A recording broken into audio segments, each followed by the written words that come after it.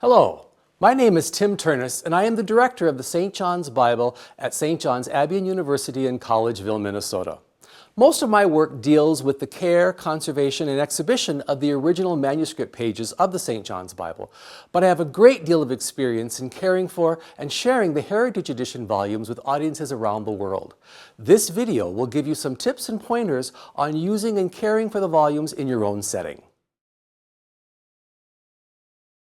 When it comes time to store the volumes, the best option for long-term storage of the Heritage Edition volumes is to store them flat in their own boxes on a single shelf.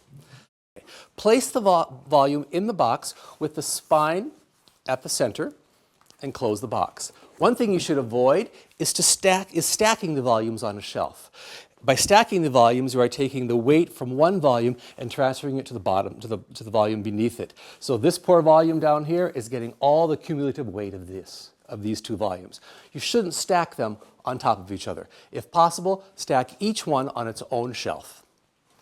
If you are forced into a situation where you need to stack the volumes vertically, you should not stack them this way. You should remember this is the spine, and by putting it this way, all the weight of the text block is pulling down on the binding stitches. You should always store the volumes, if vertically, with the spine down. This way, all the weight will be transferred to the bottom, and it won't be placing any undue stress on the stitches. These volumes were designed with a very special edge. The Heritage Edition volumes feature a yap edge binding. Now this limp, flexible edge has been around since the 19th century, and over time it's designed to slowly close and protect the text block underneath. So if you notice that the edges are closing from use, that's a very good thing.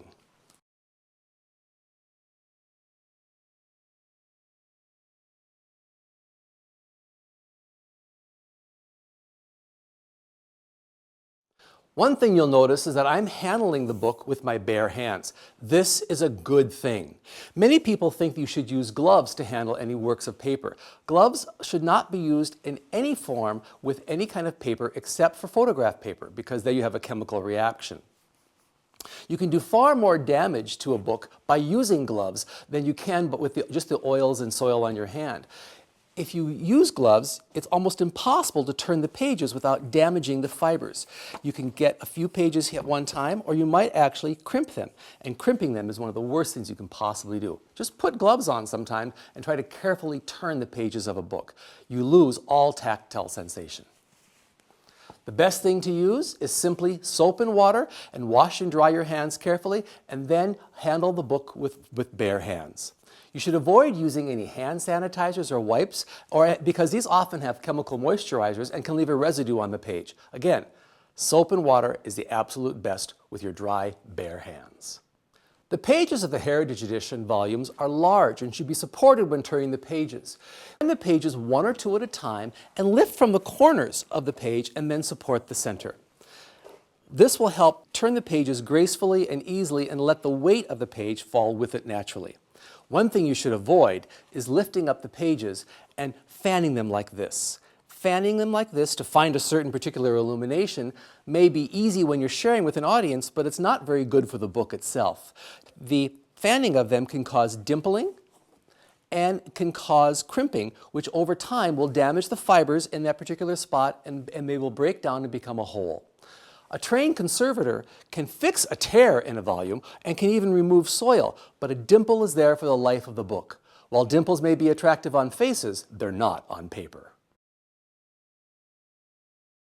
As I'm sure you have noticed, the Heritage Edition volumes are large and heavy, and these things need to be considered when planning a display of volume for a long or short period of time. The key to careful display is to limit the amount of stress that is placed on the binding itself. The structures of the book are designed to help it last for a long time. Too sharp of an angle places undue stress on the binding structure and will cause them to fail. Think of your own body. If you pick up a heavy object and hold it for a long time, after a while your muscles start to ache, and you need to put the object down before you fail. Well, it's the same thing for a book's binding points. The primary stress points are the headband, the tops and bottoms, and every one of these little areas here where the binding stitches are actually holding the text block to the spine. The sharper the angle, the more stress. I always recommend nothing more than a 15-degree angle when displaying the volume for a long period of time. Now, many people have noticed that in the St. John's Bible Gallery on our campus, the pages are displayed almost upright at a very high angle, almost 90 degrees. Well, this is because we are displaying the original manuscript, which is not yet bound. We have no binding structure to watch for and nothing that's going to place stress. So we simply take the pages and wrap them around forms. So a single page without any binding stress can be displayed at a much higher angle. The angle used in the St. John's Bible Gallery is not appropriate for the bound Heritage Edition volumes. Again, a 15-degree angle is allowable for longer-term display of a single volume.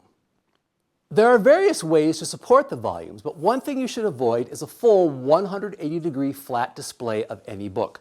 Once again, this will place stress on the binding stitches at this point of the volume.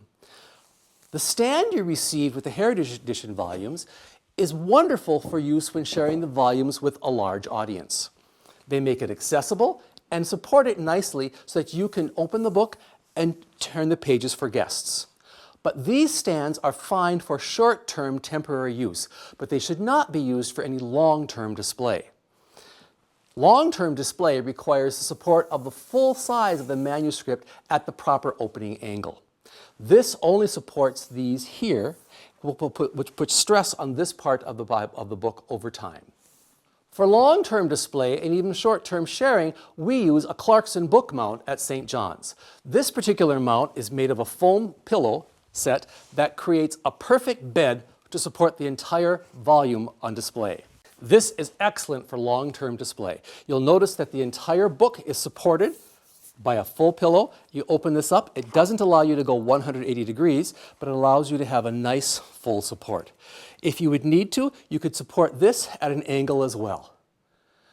Some places would like to design an acrylic mount. We don't use acrylic mounts for our books of this size, but something like this could easily be designed and made specifically to fit the size of the volume itself. This would also be an appropriate way to display the volume, and you could have the ends angled for a nice 15-degree long-term display.